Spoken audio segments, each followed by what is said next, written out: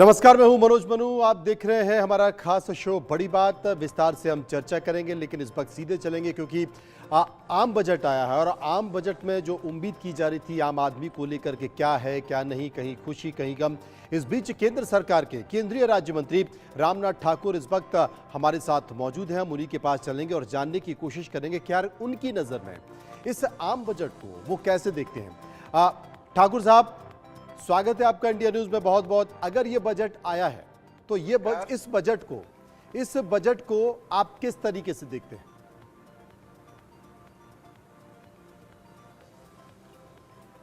मैं इस बजट को अन्य बजटों से, जो पिछले वर्ष, उसके पिछले वर्ष जितने बजट आए उससे अधिक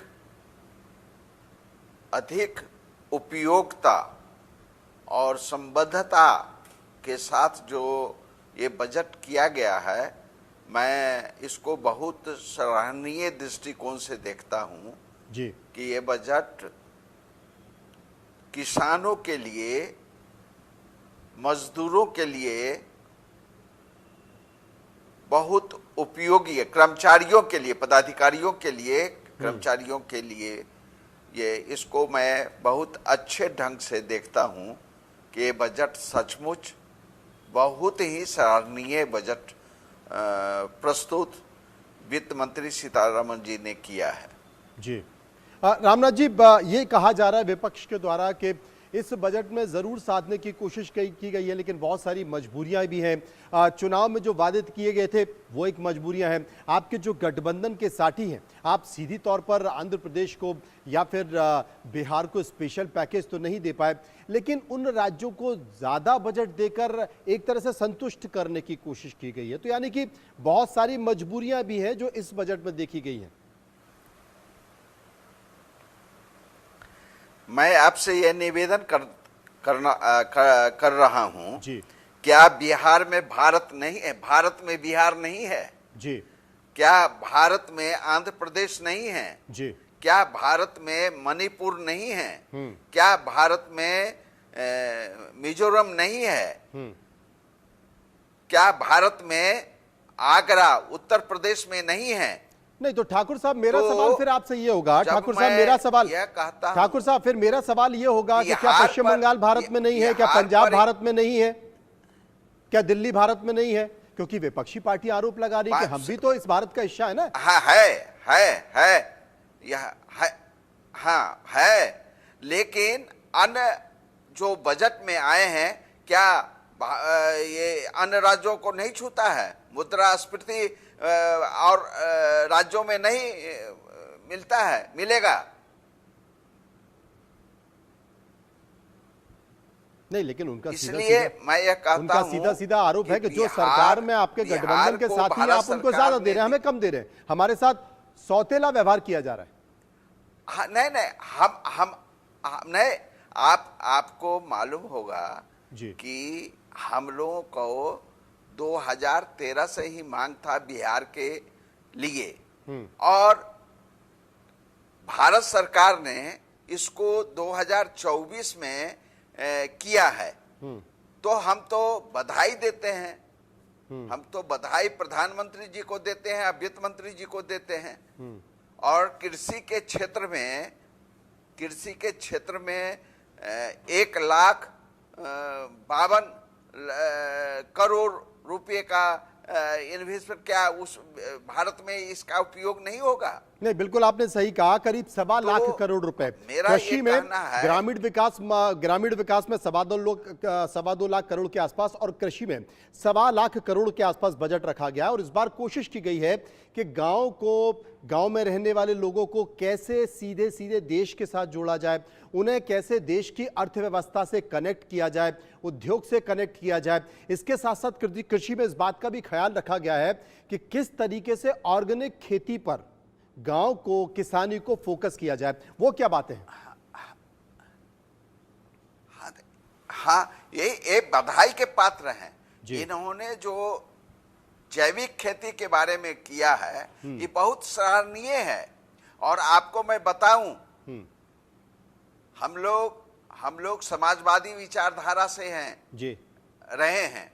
हम लोगों के पूर्वज बहुत दिनों से माने 52 से नेपाल में हाई डैम बनाने की मांग कर रहे थे जी। और उस मांग को 2024 में भारत के प्रधानमंत्री जी ने और भारत के वित्त मंत्री जी ने हाई डैम बनाने का उन्होंने घोषणा किया है। ये सराहनीय काम है। मैं अपनी तरफ से, बिहार वासियों की तरफ से, नीतीश कुमार जी राष्ट्रीय अध्यक्ष की तरफ से भारत सरकार के प्रधानमंत्री जी को और भारत सरकार के वित्त मंत्री जी को बधाई देता हूं और कृतज्ञता ज्ञापित करता हूं कि उन्होंने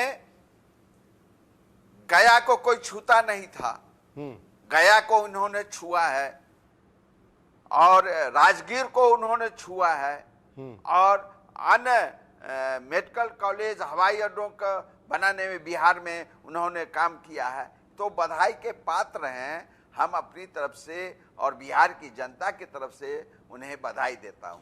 रामनाथ जी, लेकिन बाजार उस तरीके से खुश नहीं है। बाजार में निराशा देखी जा रही है। बाजार नीचे है, सेंसेक्स नीचे है।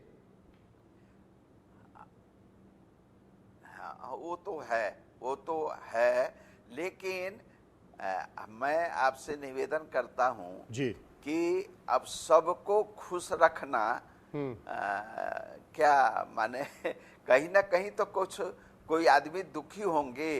विरोधी पक्ष तो दुखी ही न होंगे, विरोधी पक्ष तो दुखी ही होंगे। लेकिन उन्होंने पदाधिकारियों के लिए, कर्मचारियों के लिए भी किया है, इस बजट में नहीं किया है, सो बात तो नहीं है। ये बड़ा संकेत है। ईपीएफओ में अगर आप नौकरी लगती है तो आपके खाते में सीधे 15,000 रुपये आएंगे। इसके साथ साथ 5 करोड़ और जो आदिवासी लोग हैं जिन्हें कहा जाता है कि साहब वो बहुत पिछड़े हैं, उनके लिए घर बनाने की बात की गई है, ये 5 करोड़ घर बनाने की बात की गई है। इसके साथ साथ कम से कम जो सैलरीड क्लास है, सैलरीड क्लास में खासकर 10 लाख से नीचे का जो व्यक्ति है उसे एक राहत देने की कोशिश की गई और वो उम्मीद भी कर रहा था कि उसे टैक्स में कम से कम वो छूट मिले, क्योंकि ये माना जा रहा था कि जो नौकरी करने वाले लोग हैं उन्हीं के ऊपर सबसे ज्यादा बोझ होता है। हम 140 करोड़ की आबादी है लेकिन मुट्ठी भर लोग टैक्स देते हैं। तो मुझे लगता है कि जो टैक्स देने वाले लोग हैं उन पर ज्यादा बोझ है और कम से कम उन्हें एक राहत देने की कोशिश की गई है, जो कि स्वागत योग्य कदम है इस बजट में। बहुत माने आपका विश्लेषण बहुत ही सराहनीय है, बहुत ही अच्छा है। और 3 करोड़ मकान बनाने की बात हुई है। क्या अन्य राज्यों में ये 3 करोड़ नहीं बनेंगे? जी ये भी बात तो है। 3 करोड़ का जो है मकान बनाने का भारत सरकार के द्वारा, वो भी तो हर एक भारत के हर एक राज्यों में बनेंगे। वाकई ये संकेत है और मुझे लगता है कि लेकिन कहीं खट्टा है, मीठा है, कहीं खुशी है, कहीं गम है, लेकिन इन सब के बीच बजट की बहुत सारी बड़ी बातें हैं जिसे लगातार हम दिखा रहे हैं। रामनाथ ठाकुर साहब, आपको बहुत बहुत बधाई है, चूंकि आपके पास कृषि मंत्रालय भी है और कृषि मंत्रालय को लेकर बहुत सारी बातें इस बजट में कही गई हैं। हम आपके पास आएंगे, विस्तार से किसी दिन इस पर चर्चा करेंगे, जानेंगे, समझेंगे कि आखिर कृषि मंत्रालय को लेकर देश क्या कहता है। बहुत बहुत शुक्रिया रामनाथ जी आपका।